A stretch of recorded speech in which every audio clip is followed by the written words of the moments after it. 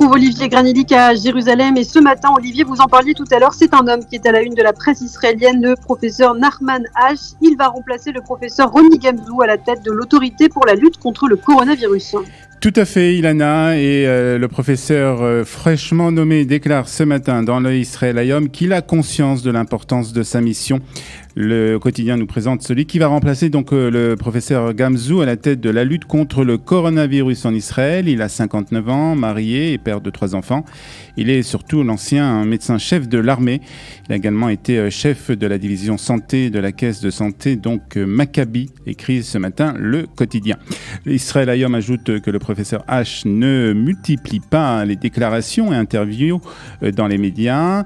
Le quotidien a pourtant retrouvé un article écrit justement par ce professeur dans le Israël Hayom en août dernier où il exprimait une position modérée et équilibrée et a beaucoup parlé de la gestion des risques. Il ne fait aucun doute qu'il sera excellent, déclare un responsable du ministère de la Santé au Yediot Ahronot. La question est de savoir s'il peut résister à toutes les pressions politiques et comment il va gérer le désordre. Déclaration donc faite ce matin par un haut responsable du ministère de la Santé au Yediot Ahronot. Demain doit avoir lieu une réunion du cabinet du coronavirus, nous explique le Maariv. Il sera principalement question de l'ouverture des magasins de rue. En effet, la discussion intervient après une réunion du cabinet hier où le ministre de la Santé, Yuli Edelstein, a insisté sur le fait qu'il était encore trop tôt pour reprendre l'activité des magasins de rue à grande échelle. En raison de son opposition, il a été convenu par les autres ministres de reporter la réunion à demain, en partant du principe que si un accord est trouvé, il sera possible d'avertir le public d'ici dimanche, date prévue en tout cas de la reprise de cette activité économique. Et concernant la reprise ce dimanche justement, le Yediot Ahronot nous parle des municipalités qui réouvriront les écoles 5 jours par semaine et non 3 comme annoncé par le gouvernement. C'est Chaim Bibas nous explique ce matin le Yediot Ahronot. Chaim Bibas qui est le président du syndicat des maires d'Israël qui mène cette campagne. Mais nous dit le quotidien, seules les villes riches pourront se permettre de mener cette politique, ce qui risque de creuser le fossé entre les élèves des villes riches et celles des villes pauvres, explique donc ce matin le Yediot Ahronot. Et puis toujours ce matin dans le Yediot Ahronot avec le titre principal qui concerne les tensions au sein de la coalition avec une interview du ministre de la Défense dans le quotidien. Un gouvernement sans budget, c'est pire que des élections, déclare Benny Gantz.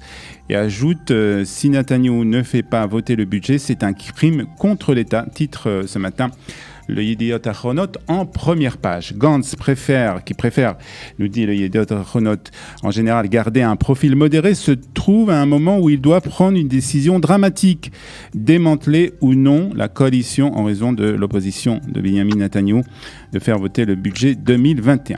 Yuval Karni, donc du Yediot, explique que Benny Gantz n'exclut pas la possibilité de quitter l'actuel gouvernement et de tenter de former une nouvelle coalition avec d'autres formations.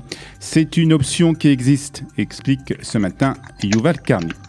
En attendant, le ministre de la Défense, Benny Gantz, s'est montré optimiste quant à la perspective d'un éventuel accord de paix avec le Liban, alors que se déroulent, comme vous le savez, des discussions indirectes sur la délimitation de la frontière maritime entre les deux pays. C'est ce que nous apprend ce matin le Haaretz.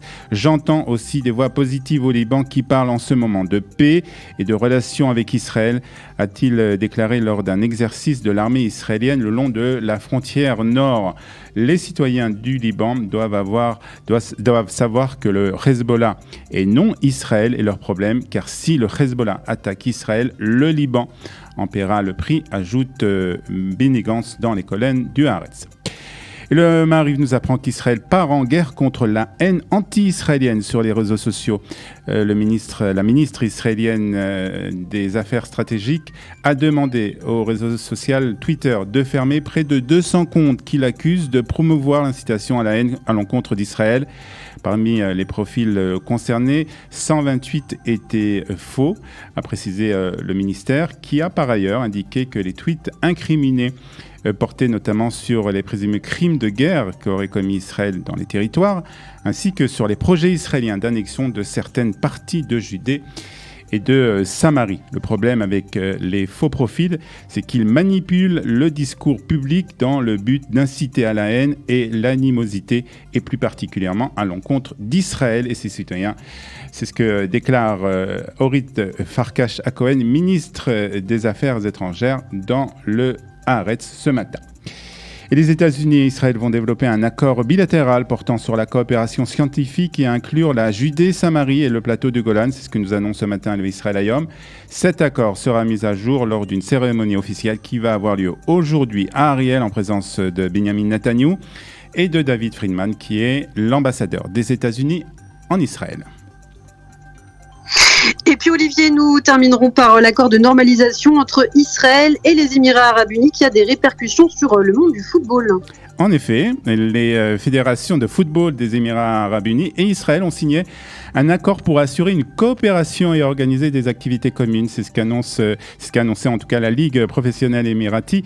Une information reprise ce matin par le Yediot Ahronot, une première dans les relations entre Israël et les Émirats arabes unis. Cette signature a eu lieu lors d'une cérémonie qui s'est tenue hier en visioconférence avec la participation d'Abdel Nasser Al-Jounabi, présidente de la Ligue professionnelle des Émirats, et son homologue israélien Erez Khalfon. Et dimanche déjà, le club israélien Maccabi Haïfa avait annoncé que l'équipe émirati d'Al Ain l'avait convié à Abu Dhabi pour une rencontre amicale appelée Match de la paix. La date de ce match n'a pas encore été fixée. La paix, visiblement, doit se faire aussi sur un terrain de foot, écrit ce matin le Yediot Ahronot.